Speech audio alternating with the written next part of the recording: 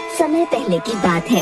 एक गांव में रतन नाम का एक बेहद गरीब किसान अपनी पत्नी झुमरी और अपनी 15 साल की पुत्री साक्षी के साथ रहता था। एक दिन झुमरी रतन से बोलती है, आखिर ऐसे कब तक चलता रहेगा जी? हमारी बिटिया 15 साल की हो गई है।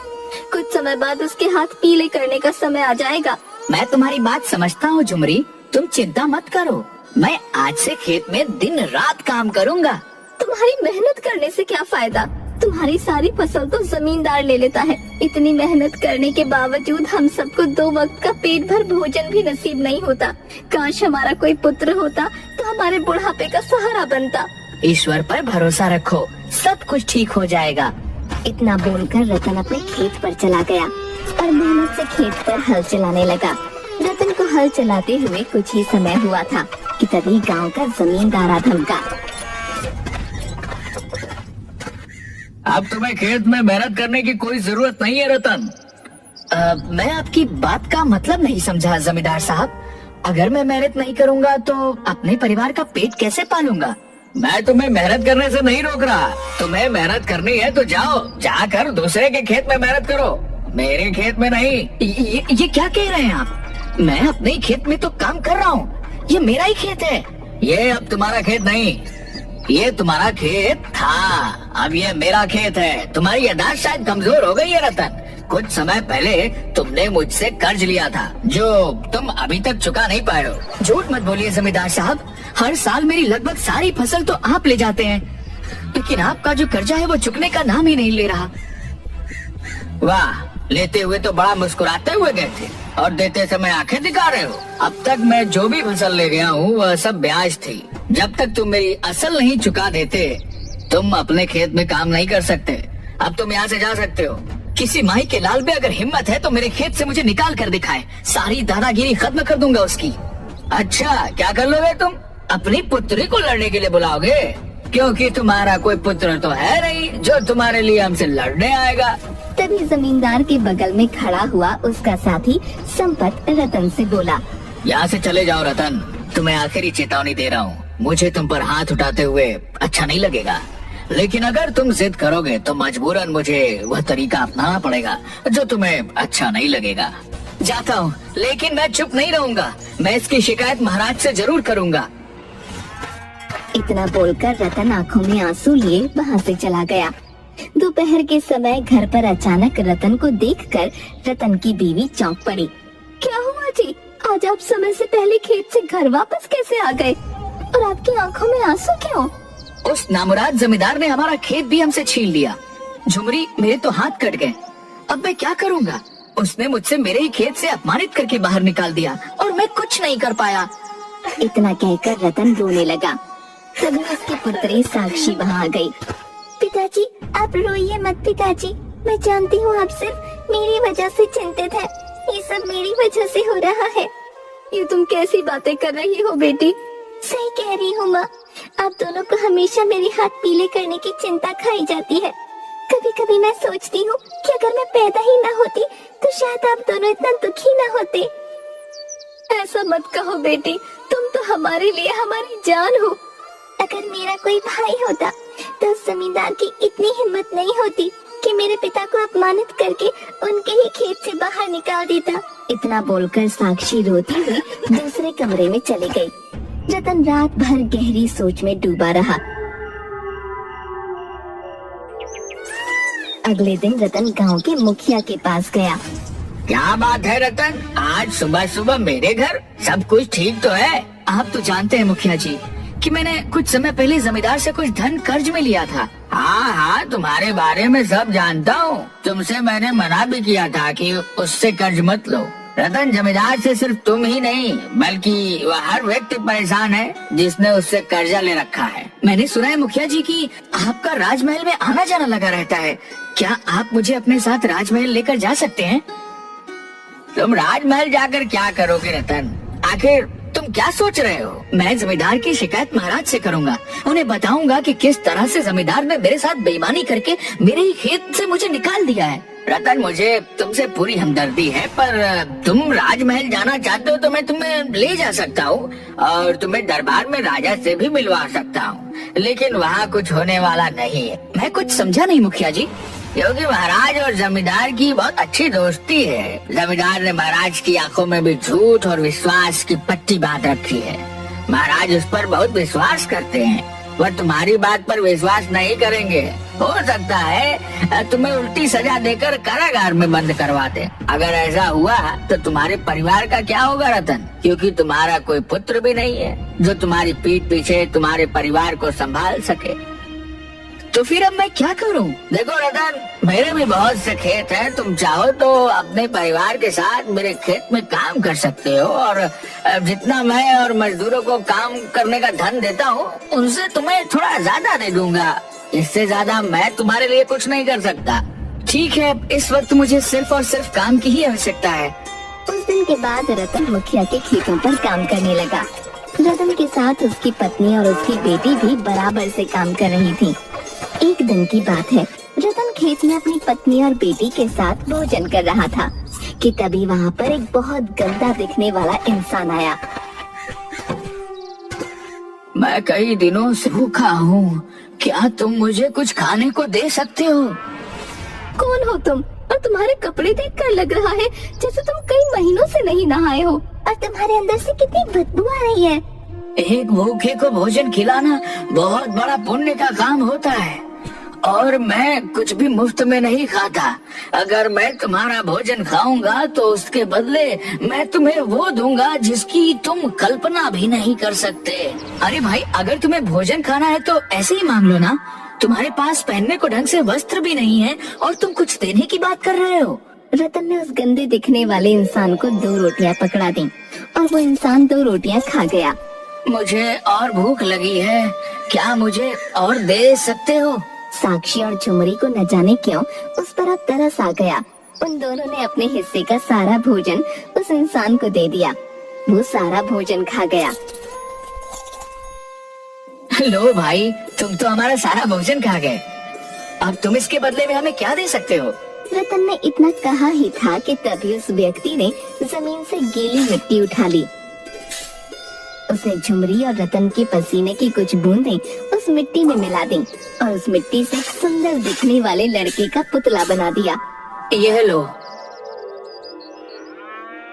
इसे धूप में सुखा देना और रात में अपना दरवाजे के पास रख देना। इतना कहकर वो व्यक्ति वहाँ से चला गया। मुझे तो ये कोई पागल लगता था जी, ये क्या कहकर गया?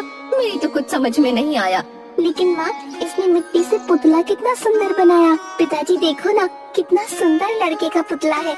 अगर हमारा कोई पुत्र होता तो शायद कुछ इसी तरह का दिखता। झुमरी और रतन अपने अपने काम पर लग गए, मगर साक्षी ने उस गीली मिट्टी के पुतले को धूप में रख दिया और वो उसे देखती रही। कुछ घंटे बाद वो सूख गया। रात के समय साक्षी ने उसे अपने घर के दरवाजे पर रख दिया।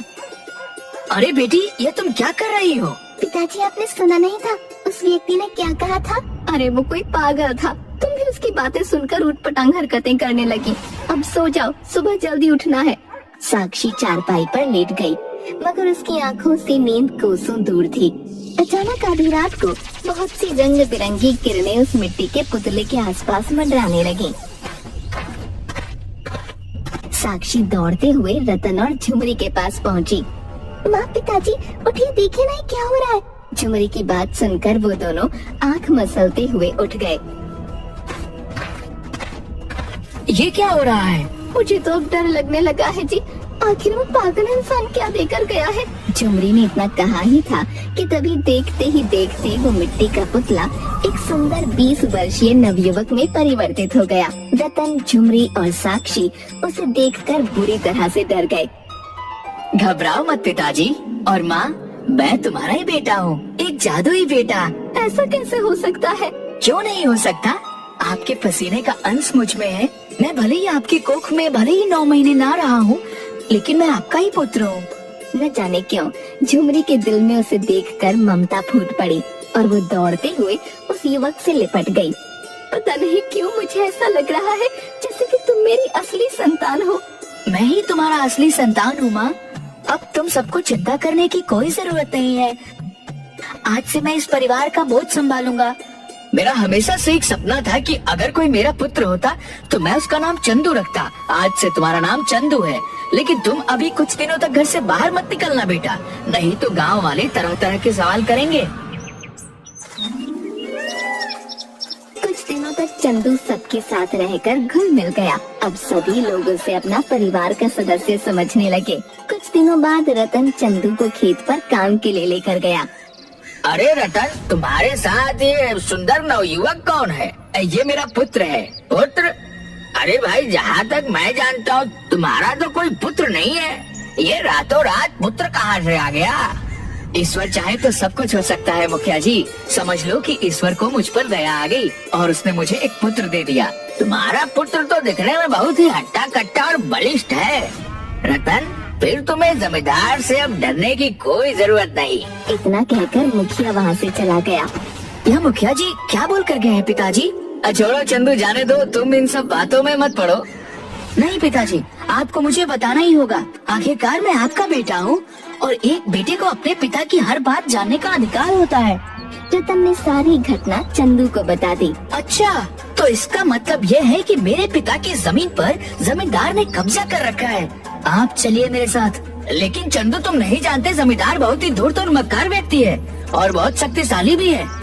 मेरे पास सुबह में भी ताकत कम नहीं पिताजी। लगता है आपको मेरी शक्ति का अंदाजा नहीं है। चलिए आप मेरे साथ। जब हमारा खेत स्वयं मौजूद है तो हम दूसरों के खेत में काम क्यों करें? चंदू सारे परिवार को अपने खेत पर ले गया। अचानक रतन, झुमरी, साक्षी और उस युवक को देखकर जमींदार हैरत से रतन की ओर देखकर बोला, तुम यहाँ पर क्या कर रहे हो रतन? रतन के बोलने से पहले चंदू जमींदार की आंखों में आंखें डालकर बोला, ये मेरे पिताजी हैं और ये मेरी माँ है और मैं इस लड़की का भाई हूँ और मैं अपने खेत में हल चलाने के लिए आया हूँ और तुम सब लोगों को यहाँ से धक्के देकर बाहर निकालने के लिए आया हूँ। ये क्या बचपना है रतन? जहाँ तक मैं जानता हूँ तुम्हारा कोई पुत्र नहीं है। तो अब जान लो, ये मेरा ही पुत्र है। आखिर ये चल क्या रहा है? लेकिन अगर तुम सीधी तरह से इस खेत से यहाँ से नहीं गए तो मुझे मजबूरन तुम सबको धक्के देकर यहाँ से बाहर निकालना पड़ेगा। वो तरीका भी आजमा कर देख लो जमींदार। मैं तुम्हें कुछ समय का मोहलत देता हूँ। अपने आदमियों के साथ यहाँ से निकल जाओ। शायद तुम नहीं जानते बच्चे, तुम्हारे पिताजी ने मुझसे कर्ज लिया था। मेरे पिताजी ने तुमसे जितना कर्ज लिया था उससे कहीं ज्यादा तुम उनकी फसल छीन कर ले गए। तुम्हारा कर्जा चुकता हो गया। अब तुम यहाँ से जा सकते हो। चंदू की बात सुनकर जमींदार का आदमी संपत क्रोधित हो गया। वो जैसे ही चंदू को मारने के लिए आगे बढ़ा, चंदू ने एक मुक्का संपत के मुंह पर जड़ दिया। संपत वहीं बेहोश हो गया। ये देखकर जमींदार डर गया। मैं चुप नहीं रहूंगा, इस मामले को महाराज तक लेकर जाऊंगा। जहाँ ले जाना है वहाँ ले जाओ, मगर इस वक्त यहाँ से चले जाओ, नहीं तो महाराज के पास तुम अपनी दोनों टांगों पर चलकर नहीं जाओगे। जमींदार डरकर सारे आदमियों को वहाँ से लेकर चला गया। बेटा, तुम शायद नहीं जानते कि जमींदार की महाराज से बहुत अच्छी दोस्ती है। जानता हूँ पिताजी, लेकिन शायद आप नहीं जानते होंगे कि झूठ चाहे जितना भी बलवान क्यों न हो, सत्य के आगे उसे झुकना ही पड़ता है। उस दिन के बाद चंदू खेत में हल चलाने लगा। चंदू के शरीर में एक गजब की फुर्ती और शक्ति थी, जिसे गांव का कोई भी व्यक्ति देखता तो दंग रह जाता। मगर कुछ दिनों बाद राजा के सैनिक अचानक रतन के घर पर आ धमके। तुम्हें अभी इसी वक्त महाराज के महल में चलना होगा, ये महाराज का आदेश है। रतन और चंदू उन सैनिकों के साथ सीधे राजमहल चले गए। राजमहल में राजा के बगल में जमींदार बैठा था। अच्छा, तो तुम हो जिसने मेरे मित्र को सबके सामने अपमानित किया। मैंने आपके मित्र को अपमानित नहीं किया राजन, बल्कि आपके मित्र ने मेरे पिता के साथ धोखा किया है। बकवास बंद करो, मैं सब जानता हूँ। तुम इस रतन के पुत्र नहीं हो, मुझे जमींदार ने सब कुछ बता दिया है। रतन का पुत्र है ही नहीं, तो फिर तुम कौन हो? महाराज, ये कोई जासूस है, इसे पकड़कर कारागार में बंद कर दीजिए, ये आपकी राजगद्दी के लिए खतरा है। मेरा भी शक यही है। मैंने गांव में अपने गुप्तचर भेजकर पता करवाए हैं और मुझे पता यही लगा है कि रतन का कोई पुत्र है ही नहीं। यह जरूर किसी दूसरे देश का जासूस है जो बहरूपिया बनकर मेरा राज्य मुझसे छीनने आया है। राजा ने इतना कहा ही था कि तभी उस राजमहल में अजीबोगरीब रंग बिरंगी किरणें मंडराने लगी और देखते ही देखते उन किरणों में वही गंदा दिखने वाला व्यक्ति सबके सामने आ गया। वो अचानक एक साधु में परिवर्तित हो गया। कौन है आप? मैं एक साधु हूँ महाराज। रतन बिल्कुल सही कह रहा है, यह पुत्र उसी का है। लेकिन साधु महाराज, रतन का तो कोई पुत्र है ही नहीं। हाँ, यह सत्य है कि रतन का कोई पुत्र नहीं है।